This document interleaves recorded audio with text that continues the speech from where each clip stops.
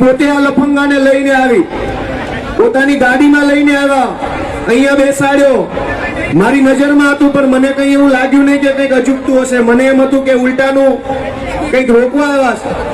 પણ એ લફંગાએ મારી ઉપર પથરો ફેંક્યો, પછી એને પ્રોટેક્શન આપીને લઈ જવા માટે અહીંયા ઉભો રહીને જામનગરની, ગુજરાતની આમ જનતાની વાત કરે છે. એ વાત નહીં સાંભળી શકો તમે. એટલી બધી સત્તાની હવા ભરાઈ ગઈ, સત્તાનો પાવર એટલો બધો મગજમાં આવી ગયો કે તમે વિરોધ પક્ષોની વાત નહીં સાંભળી શકો. આવી જાવ, હજી કંઈક લાગે છે એ બાજુ છે કઈ સાહેબ? હવે લાવ્યા છો કોઈને? નથી ને? ઠીક. તો બીજી મારે એટલે જ વિનંતી છે, સારું જીવી શકાય એમ.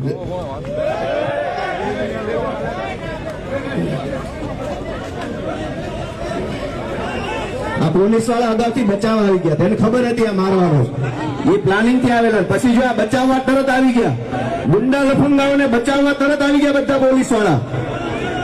આને બચાવવા માટે જ આવ્યા હતા આ બધા, એને પહેલેથી ખબર હતી. આ બધા એટલે પહેલા આવીને ગોઠવાઈ ગયા હતા, પહેલા આવીને એટલે ગોઠવાઈ ગયા હતા કે એને ખબર હતી. નમસ્કાર મિત્રો, કિસાન સંદેશ ચેનલમાં આપનું સ્વાગત છે. મિત્રો, જામનગર ખાતે ગોપાલ ઇટાલિયા ઉપર એક વ્યક્તિએ હુમલો કર્યો છે. મિત્રો, તે વ્યક્તિ છે તે કોંગ્રેસના સમર્થક છે તેવું કહેવાઈ રહ્યું છે. તો ગોપાલ ઇટાલિયાની સભામાં આ હુમલો થયા બાદ પોલીસ તે વ્યક્તિને લઈ ગઈ અને ત્યાર પછી નોર્મલ માહોલ થઈ ગયો અને ગોપાલ ઇટાલિયાએ સભા આગળ વધારી અને શું કહ્યું તે દરમિયાન તે સંપૂર્ણ માહિતી આ વિડીયોમાં છે. મિત્રો, ગોપાલ ઇટાલિયાએ હુમલા પછી સભા પૂરી ના કરી અને સભાનો દોર પણ આગળ વધાર્યો. તે પછી ગોપાલ ઇટાલિયાએ જે કહ્યું છે તે ખૂબ જ મહત્વનું છે. મિત્રો, આ સભામાં જે કહ્યું છે તે પૂરેપૂરું સાંભળી લો. તે પછી ગોપાલ ઇટાલિયાની એક ફેસબુક પોસ્ટ આવી, જેમાં તેઓએ કહ્યું કે મારી ઉપર હુમલો કરનાર જે વ્યક્તિ છે તેના વિરુદ્ધ હું કોઈ ફરિયાદ કરવા નથી માગતો. આ કૃત્યને હું સહજતાથી માફ કરું છું. ભગવાન એ વ્યક્તિને અને એમના પરિવારને સુખી રાખે એવી પ્રાર્થના કરું છું. બાકી વિગતે પછી નિરાતે વાત કરીશ, તેવું ગોપાલ ઇટાલિયાએ ફેસબુક પેજ ઉપર લખ્યું છે. મિત્રો, આ સભા દરમિયાન હુમલો થયો અને તે પછી ગોપાલ ઇટાલિયાએ શું કીધું છે તે ખૂબ જ મહત્વનું છે, સાંભળવા જેવું છે. તમારું મંતવ્ય આ વિડીયોના કોમેન્ટ બોક્સમાં ચોક્કસથી આપજો. સાંભળીએ ગોપાલ ઇટાલિયા. જય જવાન, ભારત માતા કી. દોસ્તો, બધાનો આભાર. આજે ગોપાલભાઈને 2 મિનિટ સાંભળ્યો. ગોપાલભાઈ 2 મિનિટ. આજે એટલું કહેવાનું બધાને કે અમારા માટે આ નવું નથી. ગુજરાતના જે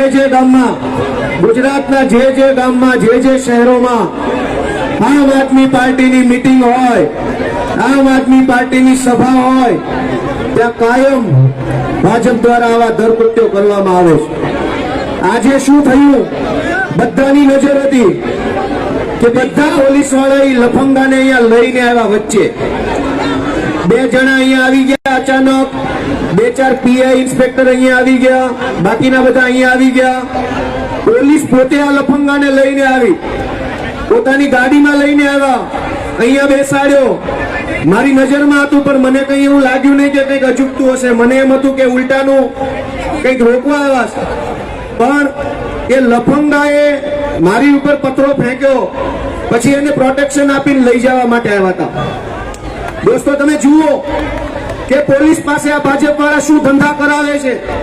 પોલીસનું કામ તો લોકોની રક્ષા કરવાનું હોય, એના બદલે ગોપાલ ઇટાલિયા ઉપર પથરો ફેંકનારાને પોલીસ પોતાની ગાડીમાં પ્રોટેક્શનમાં લઈને અહીં આવ્યા અને જેવો પથરો ફેંક્યો તરત લઈ જવા માટે દોડીને એસ્કોર્ટ કરી લીધો. એ એટલા માટે આવ્યા હતા કે લફંગો પબ્લિકના હાથમાં ન આવી જાય. દોસ્તો, બેસો બધા, બેસો બધા. હાલો ભાઈ, સ્થાન કરી લેજો. બધા બેસી જાઓ. દોસ્તો, એક વાતને આપણે બધા સમજવી પડશે. ભાઈ બેસી જાઓ. એક વાતને બેસી જાઓ. મારા ભાઈ તો બેસી જાઓ, બધાને સમજે. બેસી જાઓ, બધા બેસી જાઓ. ભલે બધા બેસી જાઓ. દોસ્તો, પ્રોગ્રામ પૂરો કરવા એવું ના કરો. હવે ધરાણ બેઠો 5-10 મિનિટ બેઠા બધા બેઠો. આજે અમને સમજે, બધા બેસી જાઓ. મારા સમજે. દોસ્તો, તમે એક વાતને વિચારો કે ગુજરાતમાં સત્તા જેની પાસે છે એ માણસો તમારી શક્તિનો ઉપયોગ સરકારની શક્તિ, પોલીસની શક્તિ, સત્તાની શક્તિનો ઉપયોગ જનતાની સેવા કરવા માટે નહીં કરે, પણ વિરોધ પક્ષને દબાવવા માટે, વિરોધ પક્ષના નેતાઓને દબાવવા માટે, જનતાને દબાવવા માટે થઈ શક્તિનો ઉપયોગ થઈ રહ્યો છે. ભાજપના નેતાઓમાં અને ભાજપની દલાલી કરતા કેટલાક અધિકારીઓમાં જો દમ હોય તો અમારી સભામાં પથરા ફેંકે મેળ નહીં પડે. ભાઈ જાઓ, જઈને ડ્રગ્સ માફિયાને, બુટલેગરોને પકડો તો ગુજરાતનું ભલું થશે.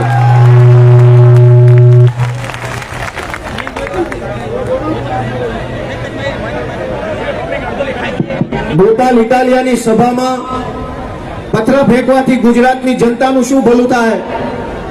આ પોલીસ વાળા એને એસ્કોર્ટ કરીને અહીંયા લઈ આવ્યા. મારી ભાજપના અહીંના જે કઈ પણ લફંગાઓ છે, ગુંડાઓ છે, હલકાઓ છે, એને વિનંતી છે કે દોસ્તો, આ ભાજપના જામનગર જિલ્લાના જે કઈ ગુંડાઓએ આ કૃત્ય પોલીસ પાસે કરાવ્યું એને મારી વિનંતી છે, એને મારી, પોલીસ તો ભાજપની છે ને, પોલીસ તો ભાજપની છે ને, પોલીસે કેમ સપોર્ટ આપ્યો? મારા કોંગ્રેસનો છે, પોલીસ ભાજપની છે, તો ભાજપની પોલીસે કોંગ્રેસના માણસને એસ્કોર્ટ કરીને અહીંયા કેમ લઈ આવ્યા? માણસ કોંગ્રેસનો હશે, પોલીસે એને પ્રોટેક્શન કેમ આપ્યું આવા લફંગાઓને? એનો અર્થ એમ કે ભાજપના કહેવાથી પોલીસે કોંગ્રેસના લફંગાને અહીંયા પથરા ફેંકવા માટે મોકલ્યો.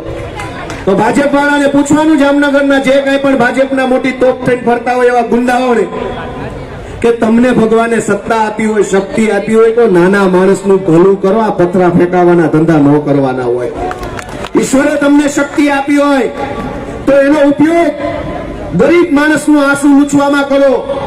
ભગવાને તમને તાકાત આપી હોય તો એ તાકાતનો ઉપયોગ છેવાડાના માણસને મદદ કરવા માટે કરો. આમ આદમી પાર્ટીની સભામાં આવીને પથરા ફેંકવાથી શું ભલું થવાનું જનતાનું? અમારું કોઈ નુકસાન નથી આમાં, પણ જનતાનો શું ફાયદો? આજે રોડ નથી, અનેક વિસ્તારોમાં પાણી આવતું નથી, અનેક જગ્યાએ શાળાઓ ખરાબ છે, દવાખાનાની સ્થિતિ ખરાબ છે, જનતાનું કોઈ સાંભળતું નથી. આ પરિસ્થિતિ બદલવા માટે થઈને કામ કરવું જોઈએ. દોસ્તો, મારે દુઃખ સાથે કહેવું છે કે આજે આ ભાજપ વાળાએ પોલીસની હાજરીમાં એસ્કોર્ટ સાથે ગુંડાઓ મોકલ્યા, એને પ્રોટેક્શન આપવા માટે ગુંડાઓ મોકલ્યા, પોલીસ મોકલ્યા. મેં મારી નજરે અહીંયા જોયું કે બે પોલીસ વાળા અહીંયા ઉભા રહી ગયા, એક પીઆઈ અહીંયા ઉભા રહી ગયા, એક પીએસઆઈ ઉભા રહી ગયા, એક પોલીસ વાળો અહીંયા ઉભા રહ્યો, અને બધા જ પોલીસ વાળા ગુંડાને અહીંયા લઈને આવ્યા. આવો ધંધો શું કામ કરવો પડે છે? મેં તો કઈ ડ્રગ્સ વેચતો નથી, દારૂ વેચતો નથી, કઈ બુટલેગર વેડા કરતો નથી. અમારી સભામાં હું કામ? અમે તો જનતાની વાત કરીએ છીએ, અમે તો છેવાડાના માણસની વાત કરીએ છીએ કે જનતાને દુઃખ છે તો એનું નિવારણ શું એની ચર્ચા કરીએ. પણ જ્યારથી આમ આદમી પાર્ટી ગુજરાતમાં આવી છે ત્યારથી ભાજપના અને કોંગ્રેસના પેટમાં કેરોસીન રેડાયું છે દોસ્તો. એનાથી હજમ નથી થતું, કેમ કે બંને પાર્ટીએ ભેગા મળીને ગુજરાતને લૂંટ્યું છે, અને હવે લૂંટ એની બંધ કરાવવા માટે આમ આદમી પાર્ટી આવી છે, એટલે એમને ગમતી વાત નથી. પણ જેટલા પથરા ફેંકવા એટલા ફેંકે. પોલીસ મોકલે તો પોલીસ મોકલે, ગુંડા મોકલે તો ગુંડા મોકલે. અમે અમારી માનું ધાવણ ધાવીને આવેલા માણસો છીએ દોસ્તો. કોને કેટલું તેલ છે જોઈ લઈશું. અમે કઈ ફાટી પડતા નથી એવા ભાજપના ગુંડા લફંગાઓથી. તમે ભલે સાંસદો, ધારાસભ્ય હોવ, મંત્રી હોવ, સંત્રી હો, જાઓ, તમારાથી નથી બીતા, થાય કરી લેજો. દોસ્તો, અમે ધરતીના જણ છીએ, ગામડાની માટી ધારીને ઉભા થયેલા માણસો છીએ. આવા લફંગાઓથી બીવાનું અમારું કોઈ કામ નથી દોસ્તો. મિત્રો, હું તમને બધાને એક જ વિનંતી કરું છું કે આ જે કઈ ઘટના બની તમારી નજર સામે બની, તમે વિચાર કરો કે કેવા માણસોને મત આપો. એટલા સુધી કેવા માણસો છે આ? અમે તો વાત કરીએ છીએ, વાત નથી સાંભળી શકતા. ગોપાલ ઇટાલિયા અહીંયા ઉભો રહીને જામનગરની, ગુજરાતની આમ જનતાની વાત કરે છે, એ વાત નહીં સાંભળી શકો તમે? એટલી બધી સત્તાની હવા ભરાઈ ગઈ, સત્તાનો પાવર એટલો બધો મગજમાં આવી ગયો કે તમે વિરોધ પક્ષોની વાત નહીં સાંભળી શકો. તમે સાંભળી શકો કે ન સાંભળી શકો, અમે વટથી બોલશું, બોલશું અને બોલશું, કેમ કે આ દેશ અમારો છે, આ રાજ્ય અમારું છે. કોઈનાથી ડરવાના નથી, ગમે એની સરકાર હોય. સરકાર એમની રીતે, અમે તો અમારા રાજ્ય માટે, અમારા રાજ્યની જનતા માટે અધિકારથી બોલશું, અને આવા કાયર હુમલાઓ અમને નહીં ડરાવી શકે. દોસ્તો, મારી તમને બધાને એટલી વિનંતી છે કે જાગો, આત્મા જગાડો અને તમારા આત્માને પૂછો કે આ બધું કેટલું વ્યાજબી છે.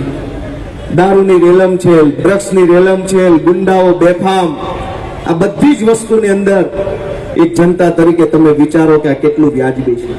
અને આ મારી સભામાં પહેલી વાર નથી થયું. રાજકોટમાં આવી રીતે આવ્યા હતા માણસો ભાજપના, ગાંધીધામમાં આવી રીતે આવ્યા હતા, જામનગરમાં આવ્યા આવી રીતે, સુરતમાં આવ્યા. જે જિલ્લામાં, જે તાલુકામાં ગોપાલ ઇટાલિયાની સભા થાય એટલે આવા 5 ગુંડા પોલીસ લઈને આવે છે. મારા માટે બિલકુલ નવું નથી અને હું આવી રીતે કોઈ હુમલા બુમલાથી ડરવા વાળો માણસ નથી. અહીંયા તો મરી જાશું ને તેથી વાત પૂરી, બાકી જીવતા રહી ગયા તો ભાજપથી ડરવાનું નથી, પાડી દેવાના છીએ. જમીન સાથે અમે આવેલા મિત્રો, મારે તમને એક જ વિનંતી કરવી છે કે અમારો ગુનો શું?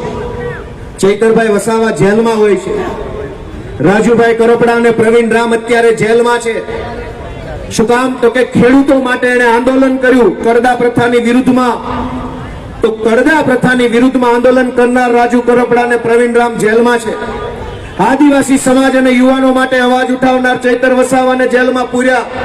મારી સભામાં પથરા ફેંકવામાં આવ્યા મારા ઉપર. અમારો ગુનો શું? અમારો ગુનો એક જ કે ભાજપની ભેગા મળીને ભ્રષ્ટાચાર કરવાના બદલે ભાજપની સામે ઉભા છીએ. એ ગુનાની સજા અમને આપવામાં આવી છે અને અમને મંજૂર છે. આ સજા ભાજપમાં નથી એ વાતનો અમને ગર્વ છે.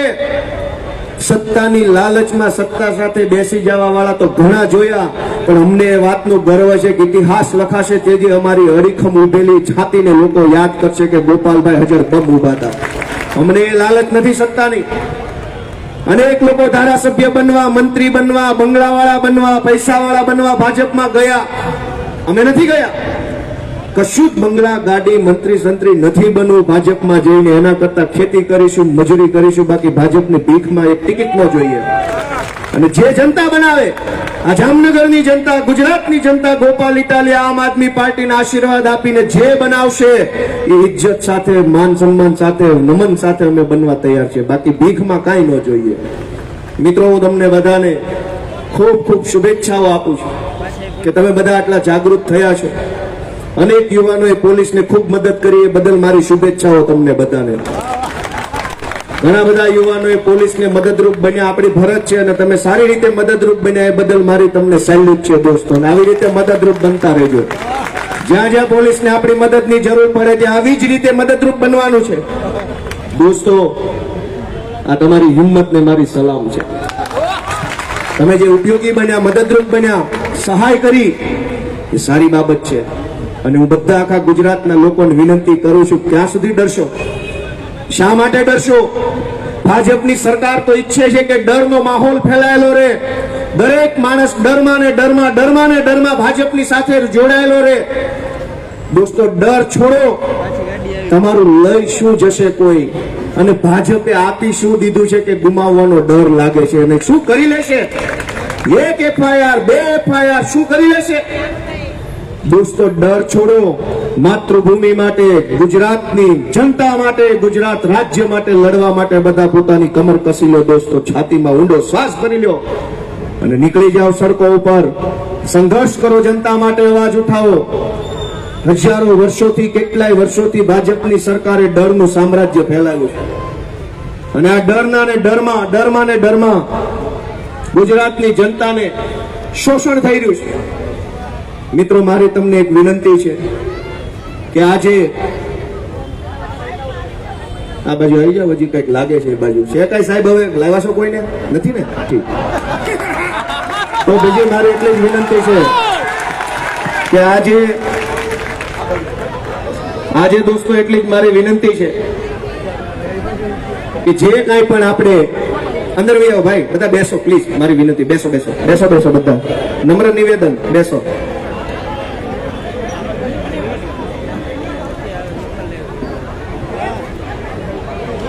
તો આજે આ ગુજરાત જોડો જનસભામાં આટલી વિશાળ સંખ્યામાં ઉપસ્થિત રહેવા બદલ આપ સૌનો હું હૃદયપૂર્વક ખૂબ ખૂબ આભાર વ્યક્ત કરું છું.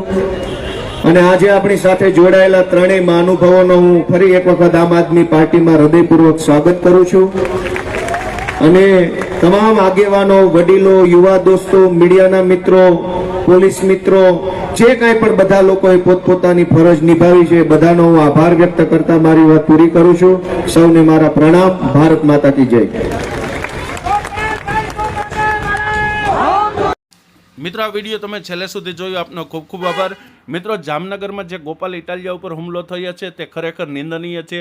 મારું પોતાનું માનવું એવું છે કે કોઈ પણ પક્ષના નેતા હોય, પક્ષના હોય કે વિરોધ પક્ષના હોય, કોઈ પણ નેતા ઉપર હુમલા ન થવા જોઈએ. મિત્રો, નેતાઓ તેમના ભાષણમાં જે કંઈ વાત કરે છે તે લોકો સાંભળી અને પોતાનું મંતવ્ય નક્કી કરે છે. તે કોઈ પાર્ટી સાથે જોડાયેલા હોય, કોઈ પાર્ટીની વિચારધારા સાથે જોડાયેલા હોય, કોઈ પણ વ્યક્તિને કોઈ પણ વ્યક્તિ મતદાન કરી શકે છે. તો હુમલો ન થવો જોઈએ. મિત્રો, કોઈ પણ નેતાને અનુકૂળ હોય તો સાંભળવા જોઈએ, ના અનુકૂળ હોય તો ના સાંભળવા જોઈએ, પણ કોઈ નેતા ઉપર હુમલો ના થવો જોઈએ. તે કોઈ પણ પાર્ટીના નેતા હોય. મિત્રો, આ ઘટનાને ખૂબ વખોડવાલાયક છે.